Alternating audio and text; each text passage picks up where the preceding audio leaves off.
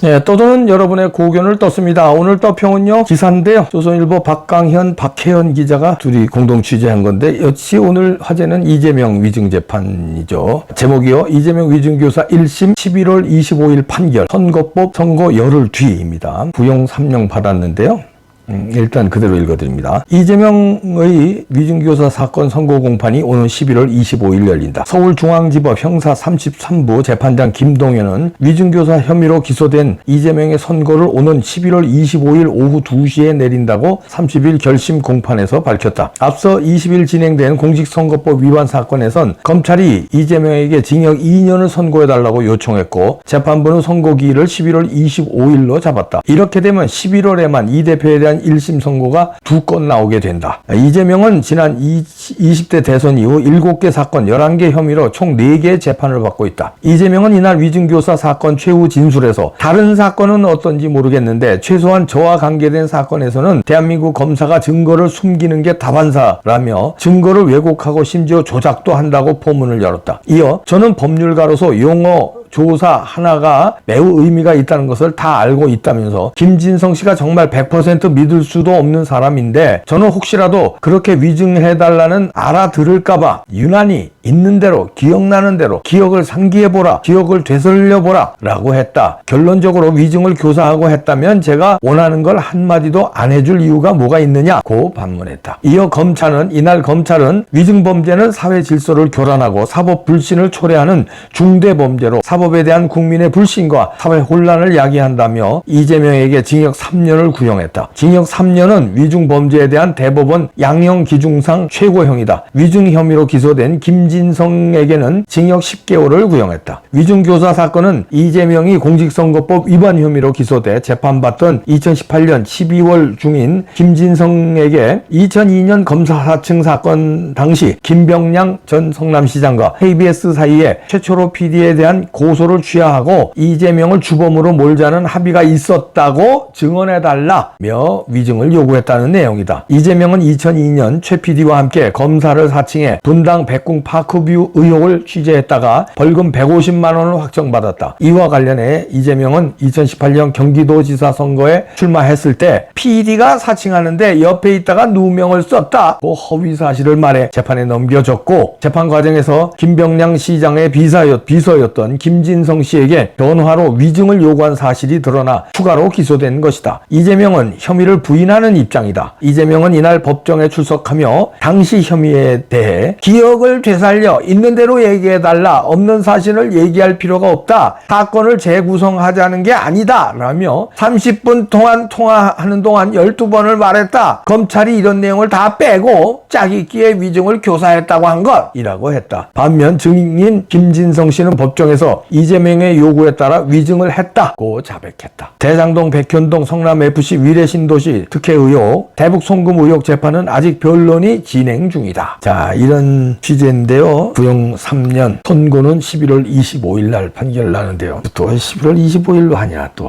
한 달 안에 10월 말에 하면 되지 않나? 그런 얘기인데 하여튼 이 신임 검찰총장이요, 심우정 총장이 들어오고 나서 완전히 달라지는데요. 그리고 한동훈 법무부 장관 때하고 지금 박성재 법무부 장관 때하고 완전 달라집니다. 이래서 한동훈 이원석에 대한 원투펀치가 얼마나 이 무기력한 거를 넘어서서 안 한 거예요. 일부러 이렇게 구형 막 때리잖아요. 3년, 선거법은 2년, 심우정 검찰총장, 이원석 때는 안 했죠. 끝까지 안 했잖아요. 그거 말고도 수두룩해. 이재명 건 말고도 문재인 것도 그렇고 이준석 것도 그렇고 아니 뭐 수두룩해요. 이준석은 막판에 이원석이 나가면서 오히려 털어주고 나가잖아요. 마지막에 심우정 총장 화이팅입니다.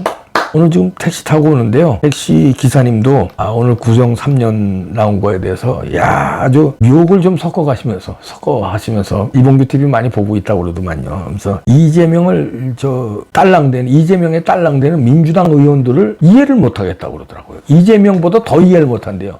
자기가 택시 기사님이 자기가 만약에 민주당 의원이라면 그랬대요. 공천도 이제 받아서 금배지도 다 달았겠다. 이재명한테 그러겠대요. 좀 갔다 오세요. 감옥에 좀 갔다 오세요. 그래 그래야 우리 민주당이 살지 그러겠대요. 그래서 인천 공천도 필요 없고 국회의원 하려면 앞으로 4년 가까이 해야 되는데 4년 후에는 이재명은 뭐 거의 없는 거나 마찬가지예요. 그런데 왜 아직까지도 이재명에 딸랑대는지 이재명보다도 그놈들이 더 이해가 안 된대요. 그러더라고요. 무정청장 잘했고요. 자, 문제는 이제는 원으로 공이 넘어갔는데 검찰에서 이렇게 구형을 한 이상 이제 법원도 어쩔 수가 없을 겁니다. 근데 이게 이래서 한동훈과 이원석의 역할이 중요했던 거예요. 검찰이 그래서 중요했던 거예요. 근데 한동훈은 뭐라고 그럽니까? 아니 이재명 감옥에 못 잡아넣는 게 자기 때문인가요? 이래. 법원에서 결정하는 거 아닌가요? 이래. 그리고 법무부 장관은 직접 수사를 지휘할 수 없습니다. 이래요. 지금 박성재 법무부 장관 하잖아. 직접 뭐 이재명 감옥 넣어라 이렇게는 안 하지만 몰아가잖아요 분위기를. 수사 잘할 검사들, 수사 잘할 검찰총장 이렇게 박잖아. 심우정 검찰총장. 누가 박았어요? 박성재 법무부 장관하고 윤석열 대통령이 한 거예요. 박성재 법무부 장관이 안을 낸 거죠. 대통령님 심우정 어떻습니까? 이거 괜찮거든. 그렇게 하세요. 그런데 한동훈은 대통령님 이원석이 어떻습니까? 원석이 나도 잘 아는데 잘할 수 있을까? 아유, 저만 믿으세요. 제가 다 책임지겠습니다. 이원석이만한 사람 없습니다. 그럼 뭐 한동훈 믿고 하지 뭐 이랬는데 이 꼴이 난 거거든요. 근데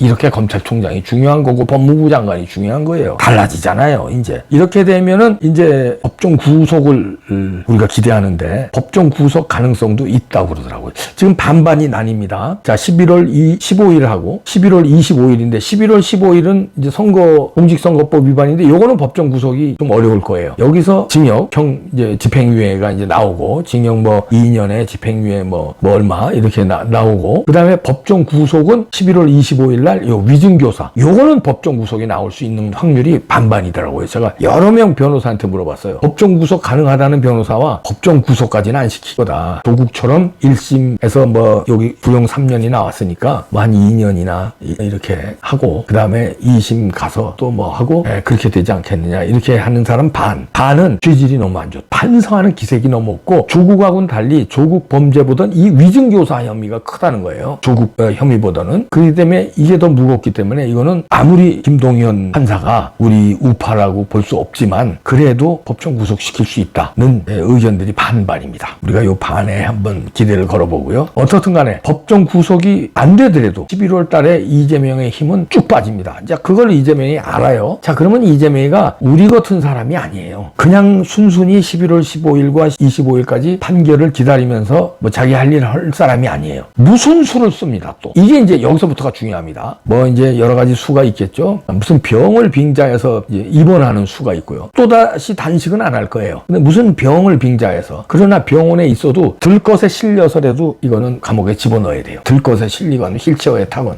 뭐 무슨 수가 안 통합니다. 그 다음에 여기서 이제 민주당이 이 촛불 난동 세력과 함께 무슨 지금 그걸 꾸미고 있거든요. 이제 윤석열 탄핵으로 하면서 소요 사태. 무슨 소요 사태가 또 날 겁니다. 그 소요 사태에도 불구하고 11월 15일과 11월 25일의 판결은 깔끔하게 내리고 여기서 특히 11월 25일 날 법정 구속으로 갑시다. 김동연 판사님, 이거는요, 이제는 김동연 판사는 본인이 싫든 좋든 온 나라가 이제는 다 알게 됐어요. 제가 얼추 감으로 5,200만 국민의 최소한 2천만 명은 김동연 판사를 주목할 겁니다. 일단 좌파들은 주목할 거죠. 우파들도 주목해요. 어린애들, 정치에 관심 없는 사람 빼고 2천만 명은, 이것도 작게 잡은 거예요. 많게 잡으면 3,500만 정도는 김동연 판사를 주시할 겁니다. 그런데 법대로가 아닌 상식 이하의 판단을 하면은 감히 제가 조심스럽게 말씀드리는데 유창훈과 또 달라. 유창훈보다 훨씬 더, 권순일보다 훨씬 더 엄한 비판을 받게 될 거예요. 왜냐하면 권순일이 그때 판단할 때는 이재명 무죄로 때릴 때는 이재명에 대한 재판이 지금처럼 관심이 있는 재판이 아니었어요.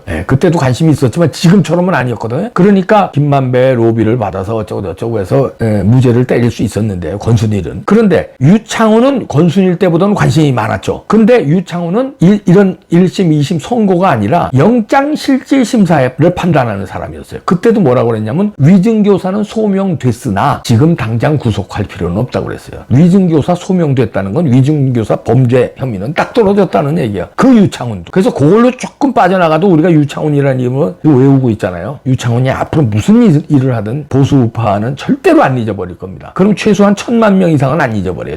절대로 유창훈 이름은. 그런데 김동연 판사, 이 위증교사, 이 1심, 이거는 유창훈보다도 훨씬 더 관심이 집중되고 훨씬 더 응징을 할 겁니다. 그 응징을 피하는 방법은 법대로 해요. 법의 상식대로 올바른 판단을 하면 뭐 좌파한테 일부 욕먹을 수 있겠죠. 왜냐하면 지들 마음대로 안 했으니까. 그러나 법대로 했다는 자부심 내지는 핑계가 돼요. 나는 법대로 했으니까. 일단 가족이 떳떳해 할 거예요. 뭐 우리 아빠는 아니면 내 동생은 아니면 내 아들은 욕을 먹었지만 법대로 했다. 자부심이 있을 거예요. 그런데 법대로 안 하고 만약에 이재명을 살려준다. 이거는 대욕 먹고 앞으로 살지도 못하고 법대로 안 했다는 그 욕을 가족한테, 자식한테, 형제한테, 그 다음에 동창, 친척, 이웃집에도 다 오르락내리락 아파트에서 경비소부터 다 엘리베이터에서 마주칠 거 아니에요. 차차차차차 김동연 판사 차차차차차 왜냐면 법대로 안 했기 때문에. 자, 김동연 판사 저는 믿습니다. 법대로 판단해 주실 줄 믿고요. 법도 좀 용기 있게 법정구속으로 김동연 판사 믿습니다. 그렇다면은 김동연 판사가 저는 좌파인지 중도인지 뭔지 모르겠어요. 영웅으로 또 뜹니다. 좌파임에도 불구하고 만약에 법정구속을 때렸다. 우파도 다 응원해요. 이건 대한민국의 영웅이 탄생하는 순간입니다. 어떻게 영웅 한번 돼보실래요? 아니면 역적 한번 돼보실래요? 일생을 역적으로 살아가시겠습니까? 일생을 영웅으로 법대로 한 판사가 되겠습니까? 사나이로 태어나셨는데 사나이 김동연 판사 화이팅!